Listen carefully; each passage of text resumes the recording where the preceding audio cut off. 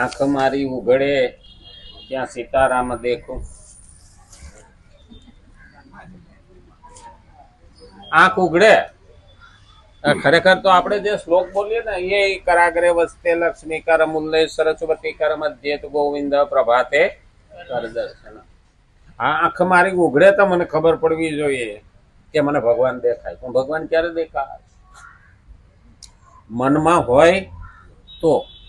અને એટલા માટે આપણને શ્લોક નો આવડે. જો કે હવે તો આપણે અહીં બેસીએ ને બધાને આવડી ગયા છે, વગર ચોપડીએ અને વગર ભણે આવડવાનું છે. સંસ્કૃત અઘરું નથી, પણ એક વખત જીભને ટેરવે ચડતા વાર લાગે ને ચડ્યા પછી વાંધો આવે નહીં. સંસ્કૃત એવી પવિત્ર ભાષા છે, એટલે તેને દેવી ભાષા કીધી. એવી પવિત્ર ભાષા છે કે એને સાંભળવાથી પણ માણસનું મન પવિત્ર થઈ જાય. તો બોલતા બોલતા ગાતા ગાતા સાંભળીએ ને ગાઈએ ને તો ઓર બુદ્ધિ મન ચિત્ત પવિત્ર થાય. અને એટલે જ આપણે આ સ્તોત્ર બોલીએ છીએ. ઘણાને એમ લાગે કે સીધા બેઠા ભેગું ચાલુ કરી દીધું હોય તો,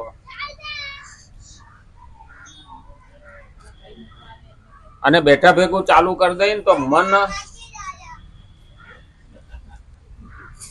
મન આપણું બહારનો કચરો લઈને આવ્યો હોય ને એટલે બેહે નહીં, મન લાગે નહીં.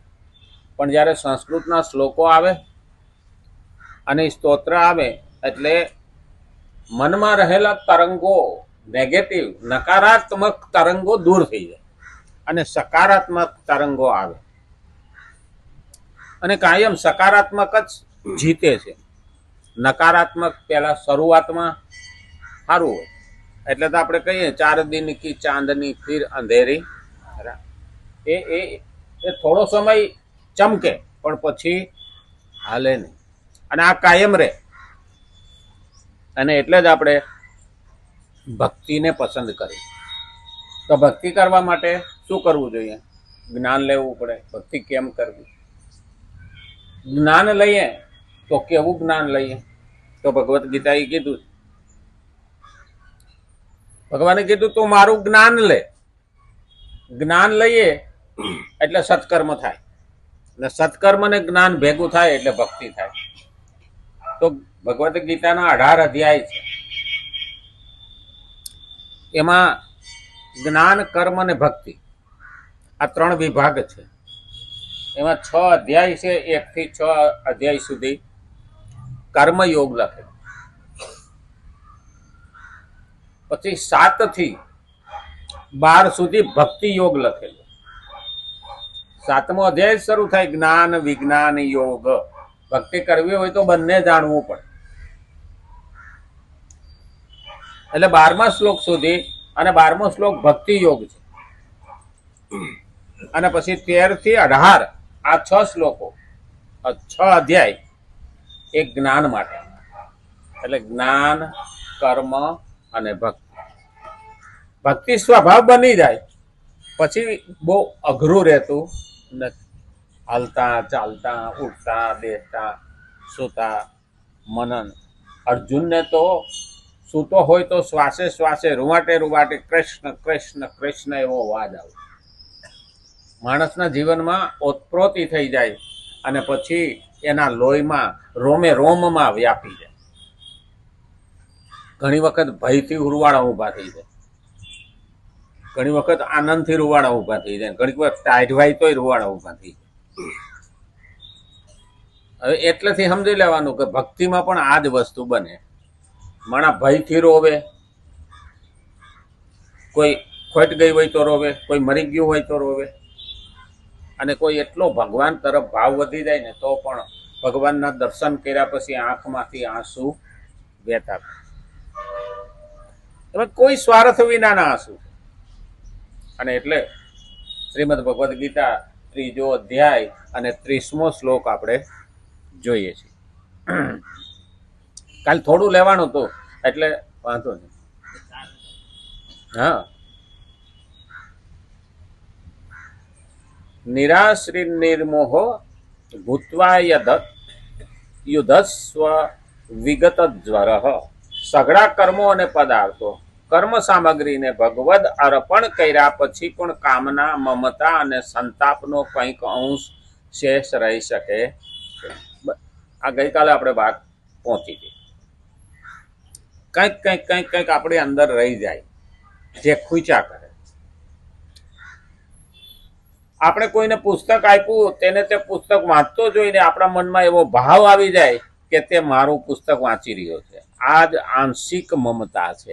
આ મારું છે. એ મમતા નીકળી જાય તો વાંધો આવે નહીં.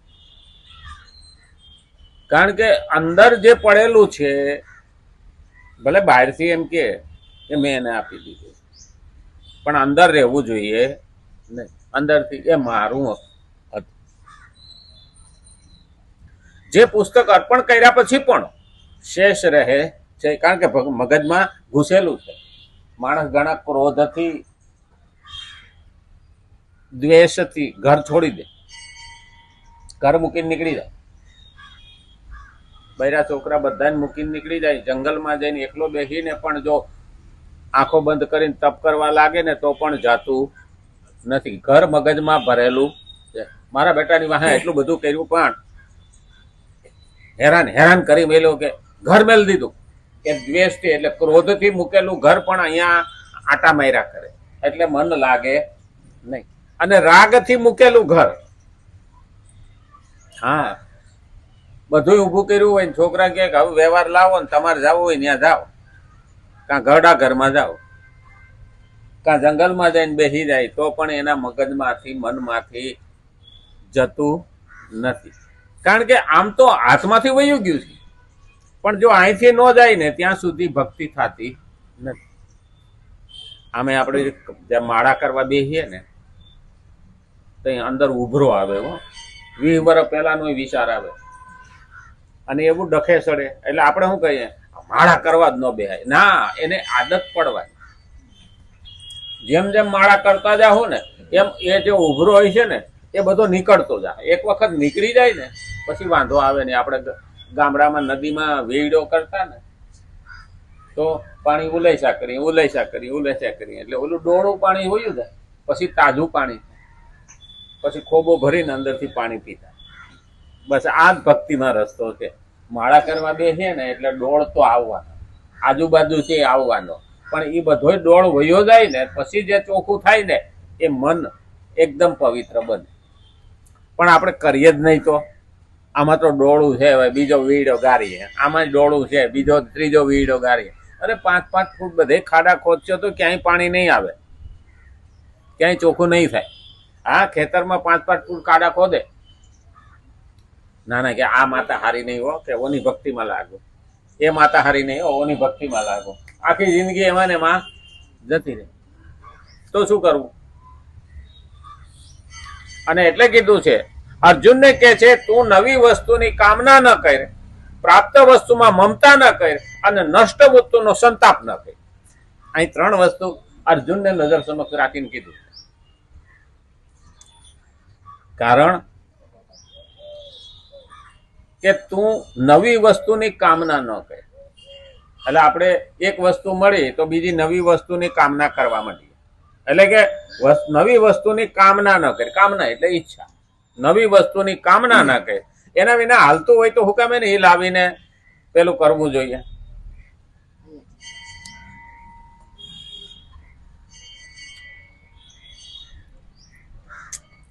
બીજા બે હેમ ભેગા આપો, આની પર અવતારી ત્યાં તાપ આવે.